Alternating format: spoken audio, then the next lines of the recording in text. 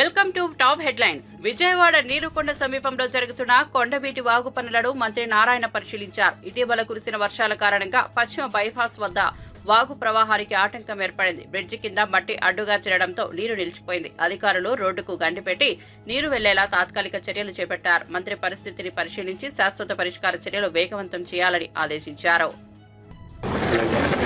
ఏదైతే western bypass రోడ్డుపై కట్టిన 220 మీటర్ల యొక్క కొండవీటి భాగమైన బ్రిడ్జి కన్స్ట్రక్షన్ జరుగుతూ ఉంది, పూర్తి కాలేదు.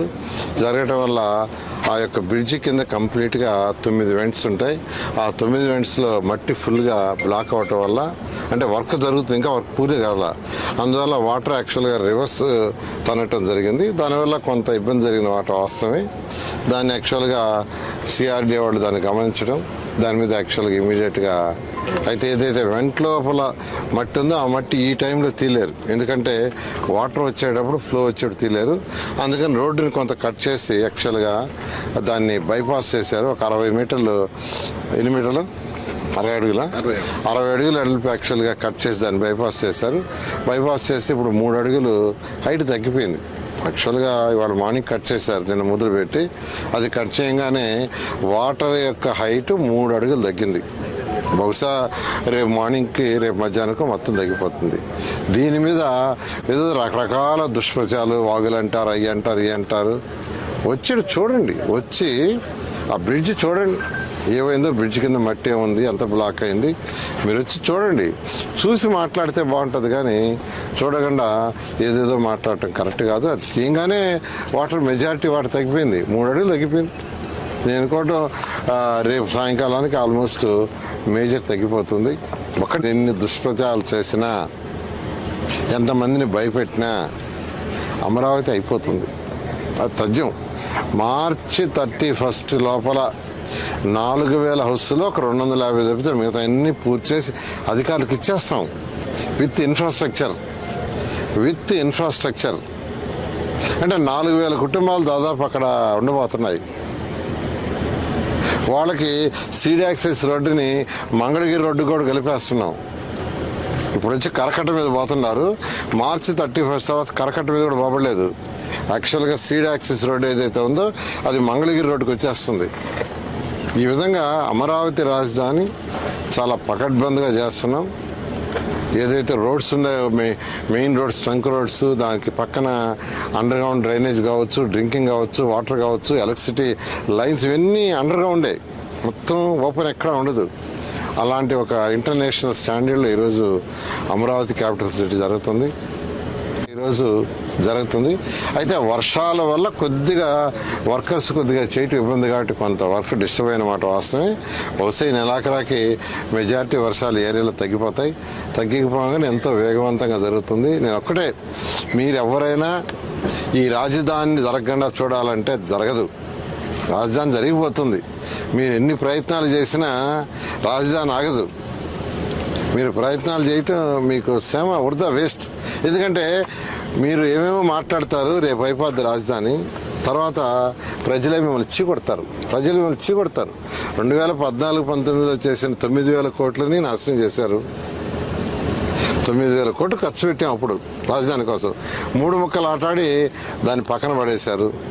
మళ్ళీ ఈ ప్రభుత్వం వచ్చిన తర్వాత చాలా చక్కగా మీరు చేసిన సమస్యలన్నిటినీ ఓవర్కమ్ చేస్తూ 8 నెలలు మాకు పట్టింది. ఎటువంటి సమస్య లేకుండా డిఫరెంట్ కమిటీలు వేసి టెక్నికల్గా పరిశీలి చేసి ఐఐటి చెన్నై, ఐఐటి మెడ్రాస్ వాళ్ళకి ఇచ్చి వాళ్ళతో హైదరాబాద్ కులగణనతో తెలంగాణకు సామాజిక న్యాయం కోసం దార్శనికతను సుదర్శన్ అందించారని రాహుల్ గాంధీ అన్నారు. రాజ్యాంగ ప్రతిని ఎల్లప్పుడూ వెంట తీసుకెళ్తూ రాజ్యాంగమే తుది నిర్ణయమని ప్రజలకు గుర్తు చేశారని ఆయన అన్నారు. సుదర్శన్ చూపిన మార్గం భవిష్యత్ తరాలకు ప్రేరణగా నిలుస్తోందని రాహుల్ పేర్కొన్నారు. Of judicial and legal experience, champion of constitutional values, and as is quite apparent, popular along party lines. Every single party, opposition party, has unanimously supported Reddy. He worked on the Telangana caste census, helped in the Telangana caste census, helped craft a vision of social justice for Telangana. But as I was thinking what to say, I happened to look inside his pocket, sitting next to me. And inside his pocket, there was the Constitution of India. And so I was like, okay, now he is carrying the Constitution of India with him everywhere. Now, when we are making a judgment about political people, there are two things. Number one is, ideologically, is he on the correct path? And number two is he a astute person? Is he a sharp person? So I must have looked for 1 second. And after about 5 minutes, he said to me, you know, Rahul, I have been carrying the Constitution in my pocket for 52 years. And then I said, but why are you carrying this for 52 years? We have only started carrying it once the BJP has started attacking us, attacking the Constitution. It has become very important to us. We carry it with us. We defend it. It defends us. Why do you carry it? And he said, because, you know, in any conversation that you have, legal conversation, the Constitution has the final answer. And so, he's an astute person, sharp person, observant person, and he's ideologically aligned person.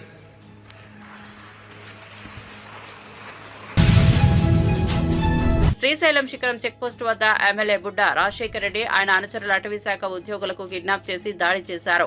బాధితులు SC, ST, minority వర్గాలకు చెందినవారు. వాకిటాకీలు, ఫోన్లు, నగదుతో లాక్కున్నారని ఆరోపించారు. అర్ధరాత్రి వారిని వదిలిపెట్టారు. సిబ్బంది కొరతలో ఉన్న అటవీ శాఖ ఇలాంటి దాడుల వలన విధులు నిర్వర్తించడం కష్టమని ఆవేదన వ్యక్తం చేసింది. నిన్న అనగా మంగళవారం రాత్రి 10 గంటల సమయంలో మా అటవీ శాఖ సిబ్బంది చిరుతపులి కేసుకు సంబంధించి శ్రీ డిడి గారి ఉత్తర్వుల మేరకు పెట్రోలింగ్ చేస్తుండగా శ్రీశైలం ఎమ్మెల్యే గారు వారి అనుచరులు వచ్చి శిఖరం చెక్ పోస్ట్ వద్ద మా వారిని అడ్డగించి వాళ్ళని నానా దుర్భాషలాడి మేము చెప్తున్నట్టు మీరు పని చేయడం లేదు, మా గవర్నమెంట్లో వస్తే కూడా మీరు మాకు సహకరించడం లేదు అని అది నానా దుర్భాషలాడి మా గవర్నమెంట్ వెహికల్ తీసుకొని ఎమ్మెల్యే గారు స్వయాన్ని నడుపుకుంటూ శ్రీశైలం మొత్తం చుట్టూ తిప్పుతూ తెల్లవారుజాము 2 గంటల వరకు కొట్టుకుంటూ వాళ్ళ అనుచరులతో దగ్గరుండి మరీ కొట్టించారు. మీరు సరిగ్గా కొట్టలేదు, నా ఎదురు కట్టండి అని చెప్పి కొట్టించారు. ఇది చాలా హేమమైన చర్య. అటవీ శాఖ సిబ్బందిని, విధుల్లో ఉన్న వారిని, అటవీ ఉద్యోగుల్ని విధి నిర్వహణలో ఉండగా కొట్టడము దుర్భాషమైన చర్యగా భావిస్తూ మేము రాజశేఖర రెడ్డి గారిని పదవి నుంచి తొలగించి వాళ్ళని వెంటనే ఎస్సీ, ఎస్టీకి అందరూ ఎస్సీ, ఎస్టీ, మైనార్టీ వారు ఉన్నారు సభ్యులు నలుగురు కూడా వారిని వెంటనే అరెస్ట్ చేసి ప్రభుత్వ పరంగా చర్యలు తీసుకోవాలని కోరడం అనేది. దీనిలో ఏదన్నా చిన్న జరిగినచో మేము తీవ్రంగా దీన్ని రాష్ట్ర స్థాయి లెవెల్లో మా అటవీ అధికారుల అసోసియేషన్ ప్రెసిడెంట్ ద్వారా మరి మా శ్రీ పవన్ కళ్యాణ్ గారిని కలిసి విన్నపం ఇచ్చుకొని దీన్ని తీవ్రంగా ప్రతిఘటిస్తామని విలేకరుల సమావేశంలో మీకు సముఖంగా తెలుపుకోవడం అనేది. టీడీపీ ఎమ్మెల్యే దగ్గుబాటి వ్యాఖ్యలపై ఎన్టీఆర్ అభిమానులు ప్రెస్ మీట్ పెట్టాలని అనుకున్నారు. అయితే ఏపీలో అనుమతులు లభించకపోవడంతో తెలంగాణకు వెళ్లి హైదరాబాద్ లో ప్రెస్ మీట్ నిర్వహించారు. జూనియర్ ఎన్టీఆర్ పై అనుచిత వ్యాఖ్యలు సహించబోమని అభిమానులు హెచ్చరించారు. అనంతపురం జిల్లాలో జరగాల్సిన ఈ ప్రెస్ మీటు హైదరాబాద్ దాకా రావాల్సి వచ్చింది. కారణం ఏమంటే, ఫస్ట్ అనంతపురంలో ప్రెస్ మీట్ పెడదాం అనుకున్నాము. పోలీసులు విపరీతమైన ఒత్తిడి వల్ల మీకు ప్రెస్ పర్మిషన్ కూడా లేదు, ఇవ్వం మేము, మీరు ఇక్కడ పెట్టడానికి వీలు లేదు అని చెప్పడం వల్ల ఆ అనంతపురంలో పెట్టాల్సిన ప్రెస్ మీట్ని కాస్త విజయవాడలో పెట్టుకుందామని చెప్పేసి అనుకున్నాం. విజయవాడలో కూడా సేమ్ పరిస్థితి. ప్రెస్ క్లబ్ దగ్గర పోలీసులందరినీ పెట్టేసి ఎవరిని పోనీకోకుండా ఉండే పరిస్థితికి వచ్చింది. సరే, దాని తర్వాత మిత్రులం అందరం కలిసి ఏం చేద్దాం, ఎట్లా చేద్దాం అనుకుంటే ఇంకా ఏపీలో మిగతా డిస్టిక్లో ఎక్కడ ట్రై చేసినా కూడా దాదాపు ఇదే పరిస్థితి. దీనికి తోడు మా స్టేట్ కన్వీనర్స్గా ఉన్న అందరినీ వివిధ జిల్లాల్లో వివిధ రకాల సిఐ గారు, డిఎస్పీలు పిలిచి మీరేమీ చేయడానికి వీలు లేదు అని చెప్పేసి కొంతమందిని హౌస్ అరెస్టులు చేయడం జరిగింది. బీఆర్ఎస్ వర్కింగ్ ప్రెసిడెంట్ కేటీఆర్ మాట్లాడుతూ తమ పార్టీ ఏ కూటమిలోనూ లేదని అన్నారు. మద్దతుపై ఎవరూ సంప్రదించలేదన్నారు. రేవంత్ ప్రతిపాదించిన అభ్యర్థిని వ్యతిరేకిస్తామని అన్నారు. తెలంగాణ నుంచి బీసీ అభ్యర్థి ఎందుకు పెట్టలేదో చెప్పాలని డిమాండ్ చేశారు. తెలంగాణ ప్రజలే తమ బాస్ అని కేటీఆర్ స్పష్టం చేశారు. మమ్మల్ని అడగలేదు. మేము కూడా ఒక పార్టీగా కేవలం మీడియాలో చూసిందే తప్ప ఉపరాష్ట్రపతి ఎన్నిక జరుగుతుందని మాకు ఇంతవరకు ఎవరు కూడా సంప్రదించింది లేదు, ఎవరు కూడా అడిగింది లేదు. పార్టీగా ఇంకా టైం ఉంది, సెప్టెంబర్ 9 ఎన్నిక కాబట్టి కూర్చొని ఆలోచించుకొని మేము ఎలక్షన్ తేదీ నాటికి మా వైఖరి ప్రకటిస్తాం. కానీ ఒకటి మాత్రం నేను గుర్తు చేస్తా ఉన్నా, మేము ఎన్డీఏ కూటమిలో లేము, ఇండియా కూటమిలో లేము. మాకు ఇద్దరు అభ్యర్థులకి ఎవరికి సపోర్ట్ చేయాలనే విషయంలో మాకు ఢిల్లీ నుంచి ఏ ఒత్తిడి లేదు, మాకు ఏ ఒత్తిడికి తల ఒగ్గాల్సిన అవసరం లేదు. మాకు ఢిల్లీలో ఏ బాస్ కూడా లేరు. మేము తెలంగాణ ప్రజల మూడుకు అనుగుణంగా, తెలంగాణ ప్రజల ఆకాంక్షలకు అనుగుణంగా, ఇక్కడ ప్రజల ప్రయోజనాలకు అనుగుణంగా, రాష్ట్ర ప్రజల ప్రయోజనాలకు అనుగుణంగా ఏ నిర్ణయమైనా తీసుకుంటాం తప్ప మేము ప్రస్తుతానికైతే ఏ నిర్ణయం కూడా తీసుకోవాలి.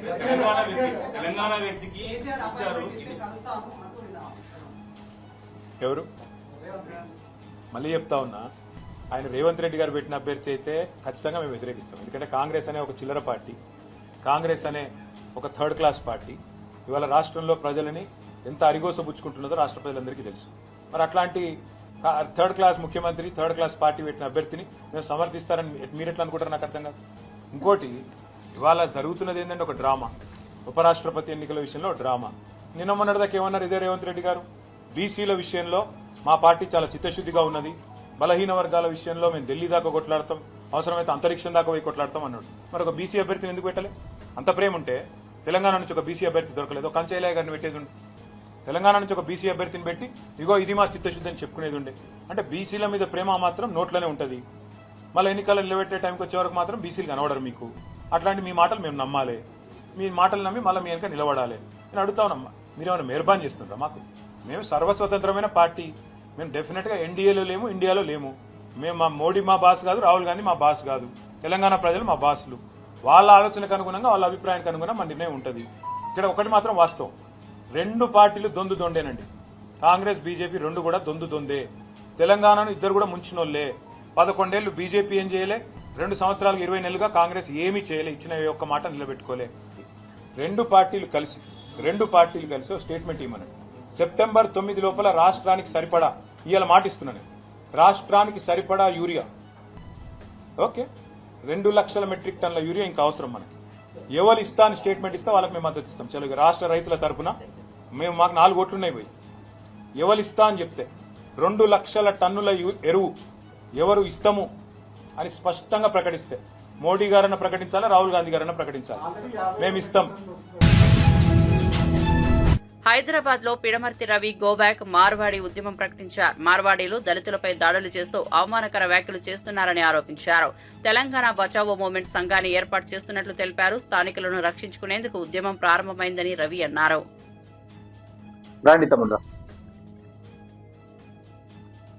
ఇది కేవలము సంఘం,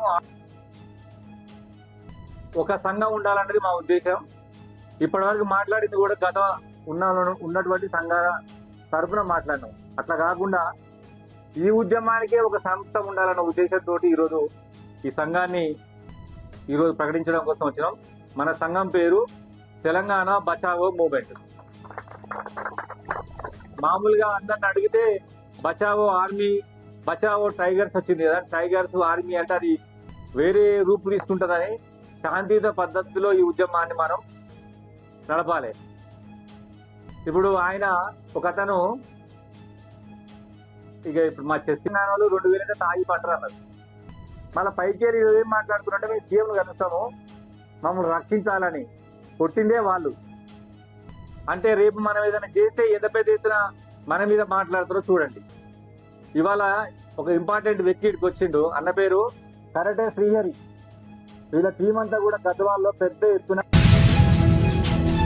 బీసీ రిజర్వేషన్ల నుంచి ముస్లింలను తొలగించాలన్న బీజేపీ నేతల వ్యాఖ్యలపై షబీర్ అలీ తీవ్రంగా స్పందించారు. ధైర్యం ఉంటే బీజేపీ పాలిత రాష్ట్రాల్లో కూడా అదే చేయాలని సవాల్ విసిరారు. జాతీయ పార్టీ అయితే జాతీయ నిర్ణయాలు తీసుకోవాలని అన్నారు. బీజేపీ నాయకులు కొందరు ఇప్పుడు చూస్తే బీసీలకు, ముస్లింస్ కు రిజర్వేషన్ తీసేయండి, అప్పుడు మీకు సపోర్ట్ చేస్తాం అంటున్నారు. అరే బాబు, ఈ బీసీ రిజర్వేషన్ ఇవ్వాలా ఇచ్చింది కాదు. బీసీ రిజర్వేషన్ స్వతంత్రం రాకముందు హంటర్ కమిషన్ ఉండే, తర్వాత తెలంగాణ ఆంధ్రప్రదేశ్ 71లో మురళీధర్ కమిషన్లో ఆయన హయాంలో కూడా మన తెలంగాణలకు 1971 నుంచి రిజర్వేషన్ ఉంది. మరి మీ గుజరాత్లో ఉంటుంది, దాదాపు 20 రాష్ట్రాల్లో రిజర్వేషన్స్ ఉంటున్నాయి. బీదరికం ఎవరున్నా వాళ్ళకే. ఇది వృత్తిపరంగానే ఈ రిజర్వేషన్ అని ఎన్నిసార్లు చెప్పినా మళ్ళా అదే పాట పాడతారు. ఇది మతపరంగా ఉన్నది. ముస్లిం ఈ దేశంలో బతకద్దురా బాబు. బీదోడు ఎవరున్నా, ఏ కులం ఏ మతం చూడకుండా బీదోడే. టీటీడీ మాజీ చైర్మన్ భూమన కరుణాకర్ రెడ్డి బీఆర్ నాయుడుపై స్పందించారు. సామాన్యులకు పెద్దపీట వేశామని చెప్పడం అబద్దమని విమర్శించారు. కొండ మీద హోటల్స్ వ్యాపారంలో ఆయనకు వాటా ఉందని అనుమానం వ్యక్తం చేశారు. లడ్డూ కల్తీపై నిరూపించలేకపోయారని ఎద్దేవా చేశారు. చాలా ఎక్కువ ఉన్నది. సాయంకాలం శ్రీవాణి భక్తులకు ప్రవేశం అనేది, సాయంత్రం శ్రీవాణి భక్తులకు ప్రవేశం కల్పిస్తే భక్తులు ఏమన్నా శ్రీవాణి భక్తులతో పాటు దూరం వచ్చేస్తారా? అలా అనాలోచితమైనటువంటి మాటలు. మీకు మీరు చాలా మేధావిగా మాట్లాడుకుని అనుకుని ఆ మేధావితనమంతా కూడా చూపిస్తే అక్కడ ఉన్నటువంటి వాళ్ళు ఐఏఎస్ ఆఫీసర్లు, శ్యామలరావు గారు కానీ ఆయన ఐఆర్ఎస్ ఆఫీసర్ వెంకయ్య చౌదరి గారు కానీ చాలా తెలివైన వాళ్ళు మిమ్మల్ని చూసి నవ్వుకుంటూ ఉంటారు. వాళ్ళు ఇలాంటి వాడు వచ్చినాడండి, మాకు అర్థం కాలేదు, మా 30 ఏళ్ల సర్వీసులో ఇలాంటి వాడిని భరిస్తాడామేనని. ఇవన్నీ కూడా బయటకు వచ్చేటువంటి విషయాలు. నాయుడు గారు మీకు మీరు నేను పిస్తా, నేను రౌడీ, నేను అది ఏం మాట్లాడినారు స్వామి మీరు మీ ఇష్టం వచ్చినట్టుగా. అటవీ ప్రాంతం ఉందంట, విస్తీర్ణం మరింత పెంచాలని కోరుకుంటున్నాడంట. ఏంది తిరుమలకు అటవీ ప్రాంతాన్ని మరింత టీటీడీ పరిధిలోకి. ఇవన్నీ కూడా ఊహల్లోటువంటి మాటలన్నీ కూడా చాలా ఎక్కువగా మనం ఎన్నైనా మాట్లాడవచ్చును. ఆచరణలో చేయటమే అన్నింటికంటే కూడా చాలా కష్టమైనది. ఆచరణలో మీరు చేసినటువంటి ఒక్క చిన్న పని కూడా లేదు. సామాన్య భక్తులకు పెద్దపీట. ఏ సామాన్యునికి పెద్దపీట వేసినావు? ఈయన క్యాంటీన్లు అంట 12 క్యాంటీన్లు కొత్తగా వచ్చినాయంట. ఇంతకుముందు వైసీపీ వాళ్లదే దందా అంట, వైసీపీ వాళ్లకే కాంట్రాక్ట్లు అంట.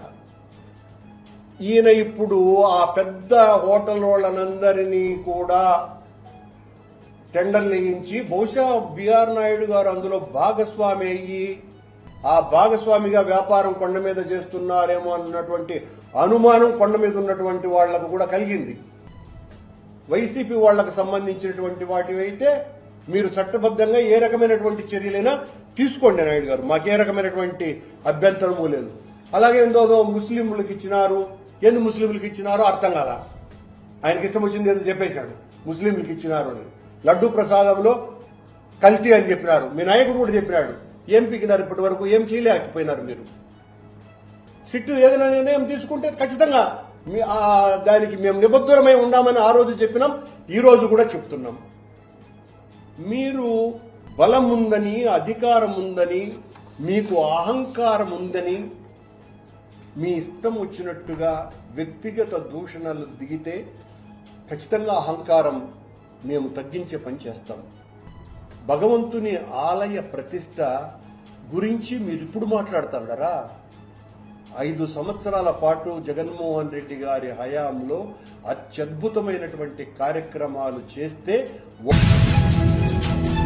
విపక్ష నేత బొత్స సత్యనారాయణ ప్రభుత్వం పనితీరుపై తీవ్ర విమర్శలు చేశారు. సూపర్ 6 పథకాన్ని అరకొరగా అమలు చేశారని, తల్లికి వందన పథకంలో కేంద్ర నిధులు రాకుండా అడ్డుపడుతున్నారని ఆరోపించారు. పెన్షన్లు ఇవ్వకుండా అబద్దాలు చెబుతున్నారని మండిపడ్డారు. సీఎం మంత్రులపై చర్యలు తీసుకోవాలని డిమాండ్ చేశారు. మొదలుపెట్టినప్పటికీ కూడా దాంట్లో క్లారిటీ లేదు.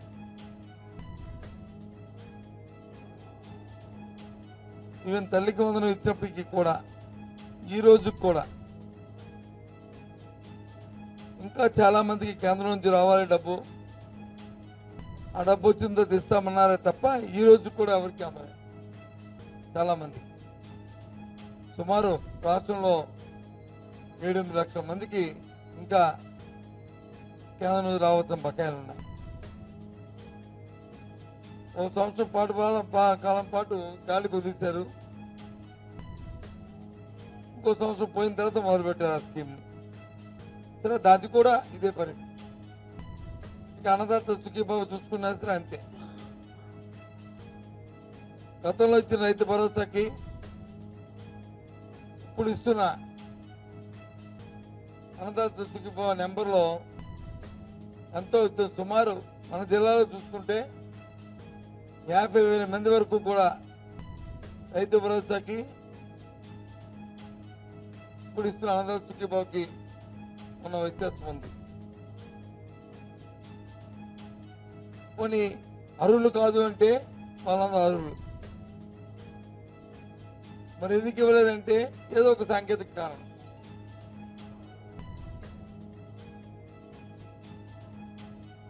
మొన్న హఠాత్తుగా పెట్టిన స్కీమ్ ఏదైతే ఉందో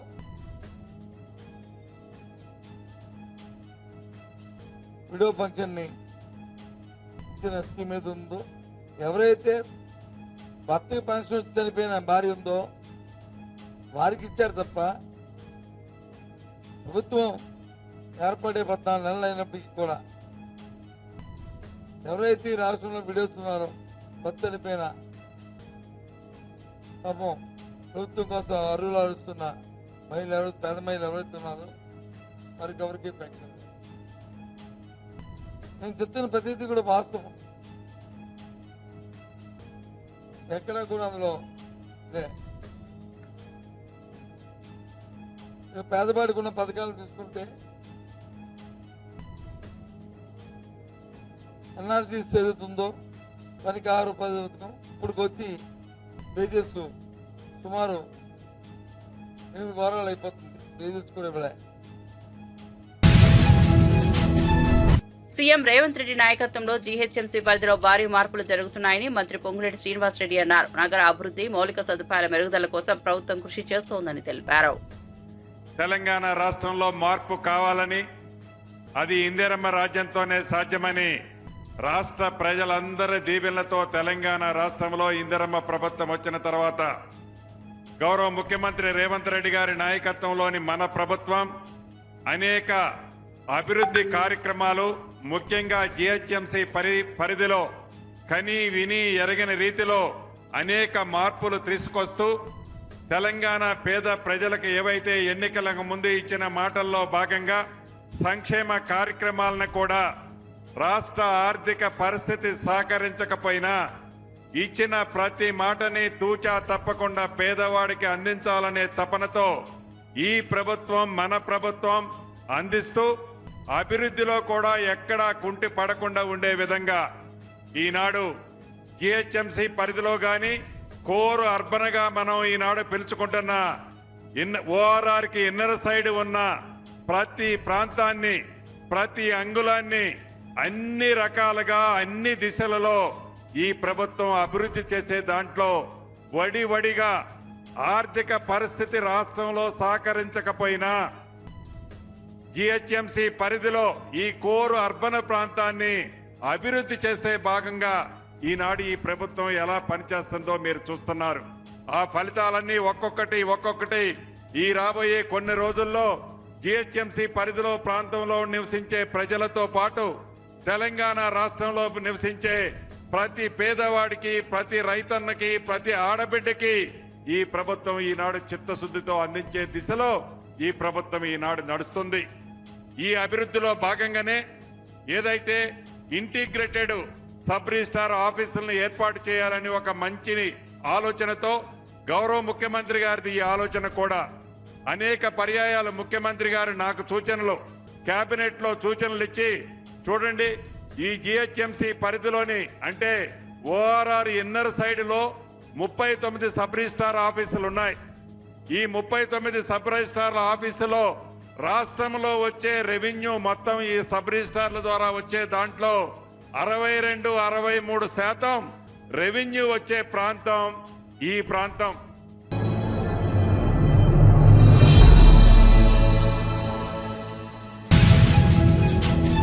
యూరియా అంశంలో కేంద్రం కక్షపూరితంగా వ్యవహరిస్తోందని కోట్ల శ్రీనివాస్ విమర్శించారు. రైతులకు నష్టం కలిగించే విధానాలను బహిర్గతం చేస్తామని హెచ్చరించారు. రైతు సంక్షేమమే ప్రథమ ప్రాధాన్యమని కావాలని చెప్పారు. కేంద్ర ప్రభుత్వము తెలంగాణపై కక్ష కట్టి తెలంగాణకు రావాల్సిన న్యాయమైన డిమాండ్, న్యాయమైన హక్కు యూరియా కనుక చాలా సందర్భాల్లో గౌరవ ముఖ్యమంత్రి గారు ఎన్నో సందర్భాల్లో కేంద్ర ప్రభుత్వాన్ని విన్నవించినప్పటికీ కూడా, లేఖల ద్వారా పంపినప్పుడు కూడా, సాక్షాత్తు నిన్న మా యొక్క పార్లమెంట్ సభ్యులందరూ కలిసి ఆ యొక్క మంత్రిత్వ శాఖకు మంత్రికి వినతి పత్రం ఇస్తే మాకు రావాల్సిన యూరియా ఇంతవరకు ఇవ్వలేదు. తెలంగాణ రైతులు ఒకవైపు వ్యవసాయం సాగు చేసుకుంటున్న ఈ తరంలో యూరియా ఇవ్వకపోతే తెలంగాణ రైతులు ఏం కావాలని ఈ సందర్భంగా కేంద్ర ప్రభుత్వాన్ని డిమాండ్ చేస్తా ఉన్నారు. మీరు అన్ని రాష్ట్రాలకు ఇచ్చినప్పుడు కేంద్ర ప్రభుత్వము తెలంగాణకు ఇవ్వడానికి అభ్యంతరం ఏందో ఇప్పటి వరకు మాకు అర్థం కాని పరిస్థితి. తెలంగాణ దేశంలో ఒక రాష్ట్రంగా లేదా? మా గౌరవ ముఖ్యమంత్రి గారు ఈ రోజు రైతుల పట్ల, రైతు సంక్షేమం పట్ల, రైతు కూలీల పట్ల ఎంతో శ్రద్ధ తీసుకొని రైతే రాజ్యం చేయాలనే ఉద్దేశంతో గౌరవ ముఖ్యమంత్రి గారు ఆలోచిస్తుంటే కేంద్ర ప్రభుత్వం మాత్రం యూరియా పంపడం లేదు. ఈ రాష్ట్రం నుంచి ఎన్నికైన ఇద్దరు కేంద్ర మంత్రులు ఎక్కడ పండుకున్నారని సందర్భంగా అడగదలుచుకున్నా. మంత్రి కిషన్ రెడ్డి గారు, మీరు కూడా వ్యవసాయ కుటుంబం నుంచి వచ్చిన వాళ్ళు కదా, మరి మీకు తెలంగాణ రైతుల పట్ల శ్రద్ధ లేదా, మీకు బాధ్యత లేదా? ఈ సందర్భంగా అడగదలుచుకున్నాను. మీరు కేవలం పదవిని ఎంజాయ్ చేయడానికి మాత్రమే కేంద్ర మంత్రులుగా ఉన్నారా, లేకుంటే రాష్ట్రానికి రైతులకు మేలు చేసే మంత్రులుగా మిగిలిపోతారా తేల్చుకోవాల్సిన అవసరం ఉంది. కేంద్ర మంత్రులుగా మీరు ఈసారి రాష్ట్రానికి వస్తే రైతుల ఆగ్రహానికి గురిగాక తప్పదని సందర్భంగా మనం చేస్తాను. మీ చేతుల్లోని పని, అమిత్ షా మీ చేతిలో ఉన్నాడు, ప్రధానమంత్రి మీ చేతిలో ఉన్నాడు, మంత్రి నడ్డా మీ చేతుల్లో ఉన్నాడు. మీరు ఎందుకు తెలంగాణ రైతుల గోస వినపడటం లేదు? కిషన్ రెడ్డి గారిని నేను డిమాండ్ చేస్తా ఉన్నాను. టీటీడీ పాలకవర్గం శ్రీవారి సేవలో నిస్వార్థంగా పనిచేస్తోందని చైర్మన్ బీఆర్ నాయుడు తెలిపారు. మేము అందించిన సదుపాయాలపై 98% భక్తులు సంతృప్తి వ్యక్తం చేశారని చెప్పారు. భూమన, ఆయన కుటుంబం రోజుకు 5,000 టికెట్లు అమ్ముకున్నారని ఆరోపించారు. పారదర్శక పాలన దెబ్బతీయాలనే ప్రయత్నం జరుగుతోందని ఆవేదన వ్యక్తం చేశారు. తిరుపతి నుంచి కూడా ఎన్నో కార్యక్రమాలు చేయాలని మేము ఒక ప్రణాళికలు చేసుకుంటాం. మేము ఒక 24 మంది బోర్డు మెంబర్లను ఎంత చక్కగా అందరు కూర్చొని మాట్లాడి, ఎవరు టికెట్లు వాళ్ళు పెట్టుకొని, ఎవరు భోజనాలు వాళ్ళు చేసి, ఎవరు రూముల్లో వాళ్ళు ఉండి, మేము దేవుడి కోసం సేవ చేయాలని వచ్చాం కానీ అక్కడ దోచేయాలని, తిరుమలను దోచేయాలని లేదు. తిరుపతి నుంచి తిరుమల కూడా ఉచిత బస్సులు వేయాలని ఎన్నో కార్యక్రమాలు పెట్టుకుంటున్నాం. మేము భక్తుల్ని మంచిగా రావాలా, చూడాలని మేము ఒక టీంని పెట్టాము. 25 మందిని శ్రీవారి సేవకుల్ని ఒక ఫార్మాట్ ఇచ్చి పంపించాం. అమ్మ ఎలా ఉంది, భోజనం ఎలా ఉంది, దర్శనం ఎలా ఉంది, ప్రసాదాలు ఎలా ఉంది, ఫ్రెండ్లీగా ఉన్నారా లేదా ఎంప్లాయీస్, అవన్నీ 98% బాగుందని వచ్చింది. ఇది ఆన్ రికార్డ్ నేను చూపిస్తాను. ఇదే కరుణాకర్ రెడ్డి దొంగ రోజుకి 5,000, 6,000 టికెట్లు ఇచ్చాడు. కింద తిరుపతిలో పెద్ద మాఫియాలాగా దుకాణం పెట్టేశాడు. వాడొక దుకాణం, ఆయన కొడుకు ఒక దుకాణం, ఆయన భార్య ఒక దుకాణం, ఆయన మరదలు ఒక దుకాణం. టికెట్లు అమ్ముకొని పాపం సొమ్ము తినేసి వాళ్ళు ఈ రోజు తిరుమల గురించి మాట్లాడతారు. ఒక్కొక్కరు తవ్వితే ప్రతి ఫైల్లోనూ అవినీతి. ఇందాక చెప్తాడు గోశాలలో గోవులు చచ్చిపోయినాయి. ఎవడు గోశాలను నడిపింది? నీ మేనమామ హరినాథ్ రెడ్డి కదా ఇన్ఛార్జి, ఆయనే కదా గోవులు చంపింది, నువ్వే కదా చంపించింది, నీ మేనమామే కదా ఆయన. స్టాంపేడ్ గురించి మాట్లాడతాడు. స్టాంపేడ్ ఎవరు? అక్కడ కూడా ఇన్ఛార్జ్ హరినాథ్ రెడ్డి, ఒక డిఎస్పీ నీకు చెంచా. వీళ్ళిద్దరు వల్లే కదా, వీళ్ళిద్దరే సస్పెండ్ అయ్యారు కదా. ఈ హరినాథ్ రెడ్డి ఎవరు? నీ మేనమామ కాదా? నువ్వే చేయించావు స్టాంపేడ్, అది మా మీద దోస్తావు. నీ చరిత్ర ఎంత ఉంది ప్రతి ఒక్కరికి తెలుసు. రాష్ట్రంలో రైళ్లు తగలబెడతావు, దొంగ ఓట్లు కర్ణాటక నుంచి, తమిళనాడు నుంచి తీసుకొస్తావు, దొంగ ఓట్లు వేపిస్తావు, దొంగ ఓట్లు చేపిస్తావు. నీ చరిత్ర నువ్వే పెద్ద గజ దొంగవి. మా గురించి మాట్లాడే అర్హత 1% కూడా లేదు నీకు. తస్మా జాగ్రత్త.